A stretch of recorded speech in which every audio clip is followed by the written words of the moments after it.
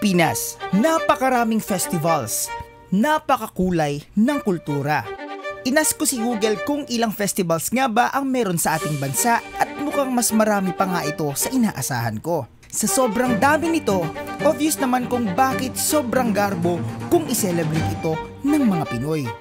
Backstory lang, I was in a family who loves festivals so much. Kaya kapag may kapistahan, gustong gusto namin itong sineselebrate. Tumutugtog pa nga ako dati sa drum and lyre at street dance a decade ago. Hanggang sa natuto na akong humawak ng camera. Dati, trip lang hanggang sa sabi ko sa sarili ko, what if ito na ang tool para makapture ko ang festivals ng mga Pinoy na base sa kung paano ko ito nakikita at nararamdaman. Kaya kung saan-saang festivals kami dumadayo dahil para lang ma-experience ito at syempre makunan na rin na base sa aming artistry. Kaya sa taong ito, Jaira and I are just thinking out of going to Cebu. Yun lang, pero sabi namin, what if magpunta kami ng Cebu para mag-dive with the sardines? What if punta tayo ng Cebu para na rin i-celebrate ang ating 5th anniversary? At syempre, what if punta tayo ng Cebu, kasabay at upang masaksihan ang pista ng Sinulog. We're going to the boarding gate. Happy anniversary, first time flying via Subpac. Always I remember that dress and how you turn my mind completely into something. Touchdown Cebu! Let's go!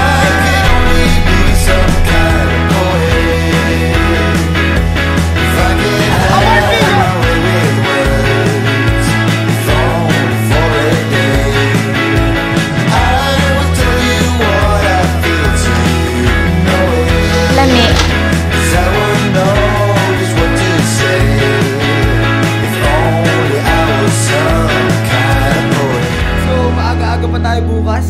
So let's start the day. Hello, Sinulog! Let's go! The weather's so good. At dahil Sinulog season nga, sobrang dense ng volume ng tao na ultimo grab ay wala kaming mag-book. Kaya napili naming maghabal. Kala mo nga, nasa Metro Manila lang kami Anyway, karamihan dito ay sumisigaw ng napahiwatig na buhay ang pista ng Sinulog. After some kilometers of walk, napadpad rin kami sa main festival grounds. Nakaka-overwhelmed kasi it's what we used to see sa social media and now nasa harap na namin. Actually, this is the Sinulog na grabe nga kung paano yung nakikita nyo sa photos, sa videos, the hype, the real, ganito talaga yung mga nakikita. Grabe, sobrang colorful, kumbaga the best of the festivals along the country dito nagsama-sama, kaya grabe, sobrang worth it i-shot. Kahit saan ko itutok, sobrang vibrant. Hindi siya nakakapagod, sobrang saya mag-shoot as in.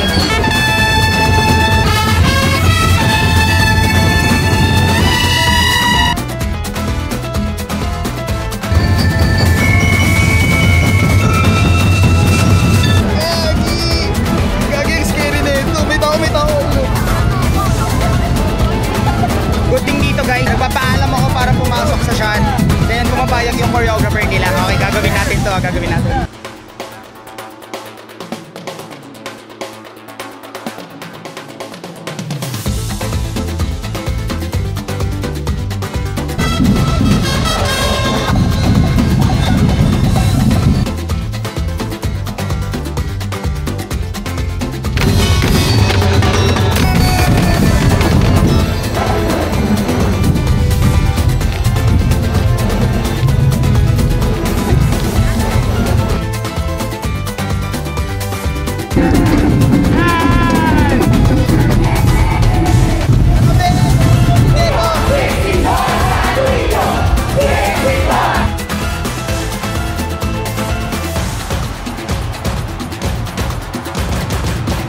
Okay, nagpahinga lang kami saglit kasi grabe, sobrang chaotic ng mga tao, sobrang density yung volume ng mga tao, hindi magkanda o gaga, as in sobrang sobrang full force.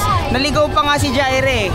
Hinanap ko nga, nagkamali kami ng daan na pinasok. Tapos ang nangyari, sinundo ko siya. Ayan na naman, meron na namang ambulansya. Actually, more than 10 na yung ambulansya na nakita namin na may tinakbong mga tao. It's either audience, it's either performers, or mga basta tao na belong sa parade. Grabe, sobrang daming tao. Grabe, wala pa akong kain. Magbo-4 na, wala pa kaming matinong kain. Wala pa kaming pagkain na totoong pagkain. Nakaraos kami, pero yung pumunta namin medyo malayo-layo pa.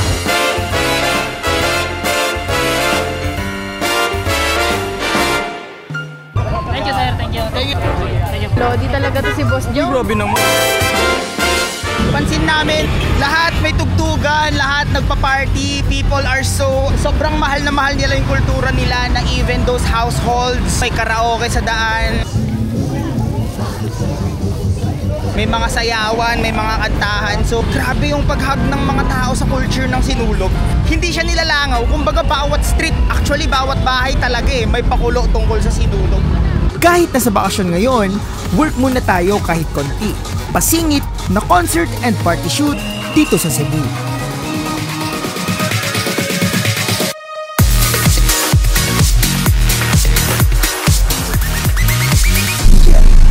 So guys, sa aming second bar location ngayon, actually bar ngayon pupunta namin, party place siya. So expected na medyo magulo, medyo crowded, and people are getting tipsy, no? So gagawin namin ito, pinocoveran ko ang aking lens, camera. Safety precautions lang to guys, kasi medyo unpredictable ang mangyayari. Nagbabasaan daw ng beer. Ano ba ginagawa? Hawak ng tutoy. Ganon? Hawak ng tutoy.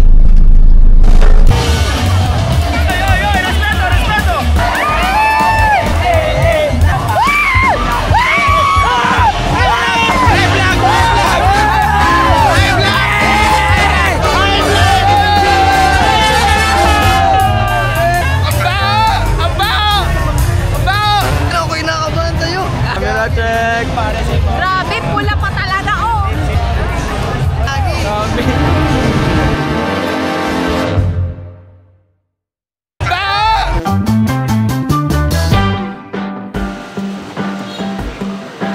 Guys, habang umakyat kami rito, papunta kami ng Temple of Leon. May place dito na sobrang familiar, para siyang paakyat ng Antipolo.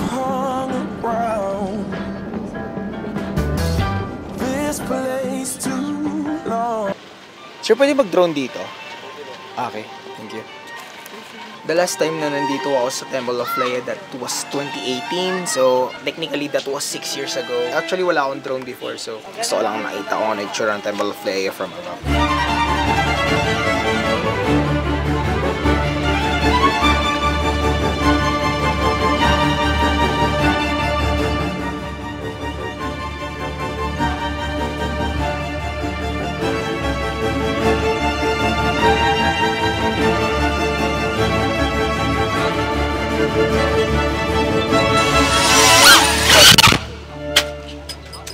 Bagsak siya. Ay, bagsak.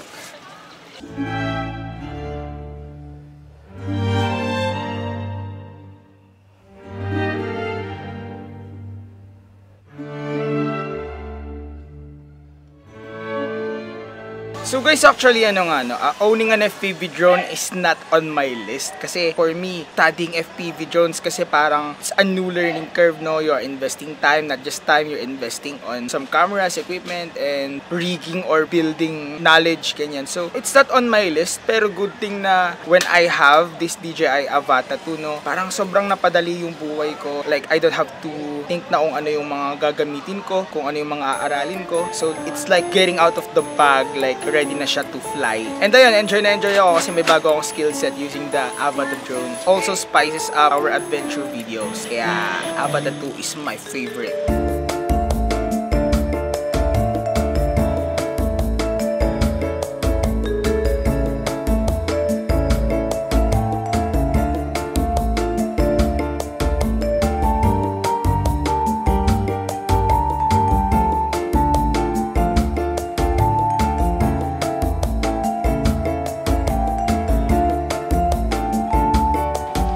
Namin. Basiran! Grabe guys, to pangalawang araw pa lang. Grabe na yung kabag ko. ASMR. Hi sir, thank you for waiting. Here's your sinigang na tangigi. The lechon sisig. Here's the lechon sisig. Good afternoon guys. Here's the baked scallop sauce. And isang kilong rice. Here's our lechon, half lechon. And a plain rice mo. Malasa siya. Unlike sa mga lechon sa Manila. Cebu lechon is not called Cebu lechon dahil lechon lang siya. Alam ko na yung dahilan kung bakit siya talaga dinudumog. Grabe no? Iba siya. May ibang lasa pa na parang masabi mo na, kaya pala ito ng lechon. See you tomorrow. See you tomorrow.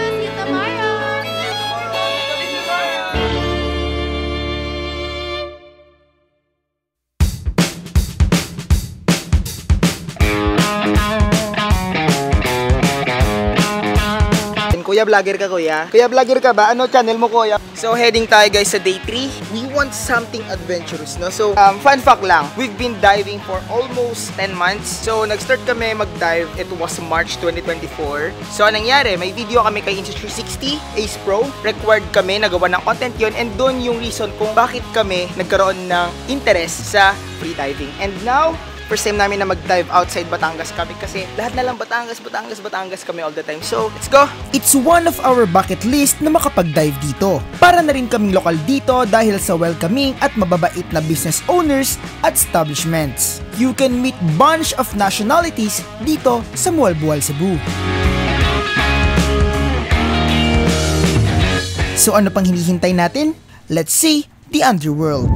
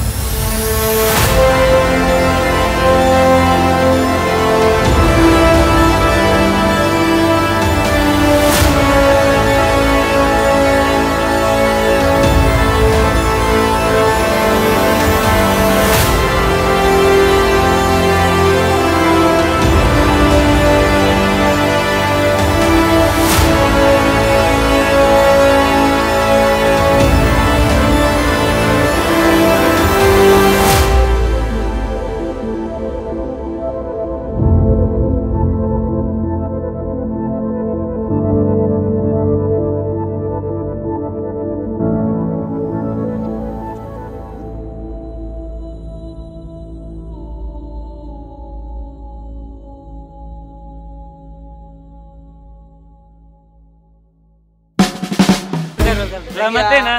Jong TV, okay, try na. You want Pinay Pie?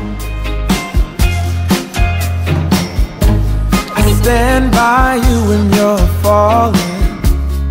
When the river... Si Kuya Arnel pala, siya yung driver natin for the past 2 days. Hindi ko napakilala eh, ayan. Sige po, isa. Tikman natin yung maruya kasi luluto ko dati ng maruya. Sa kanila malaki. Lalaki ng saging nila, ang healthy. Ang 4 na saging po, ganon. Laki po. Opo.